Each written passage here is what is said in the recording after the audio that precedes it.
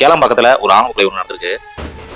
இந்த ஆணவ கொலைக்கு யார் காரணம்னா காதலியோட அப்பா, டிவிகே கட்சியினுடைய நிர்வாகி.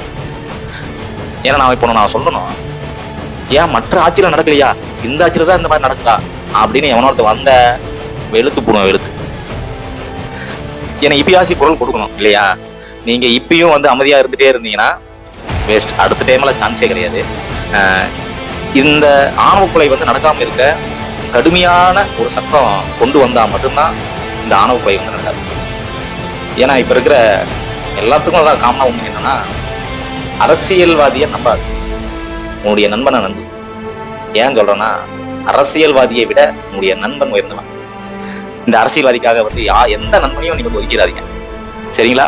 இதுக்கப்புறமாச்சு கொஞ்சமாச்சு உங்களுடைய எதிர்ப்பை சமூக வலைத்தளங்கள்ல கொடுங்க. இதுக்கப்புறம் ஆணவ கொலைக்கு தனியா ஒரு சட்டம் கொண்டு வந்தே ஆகணும்.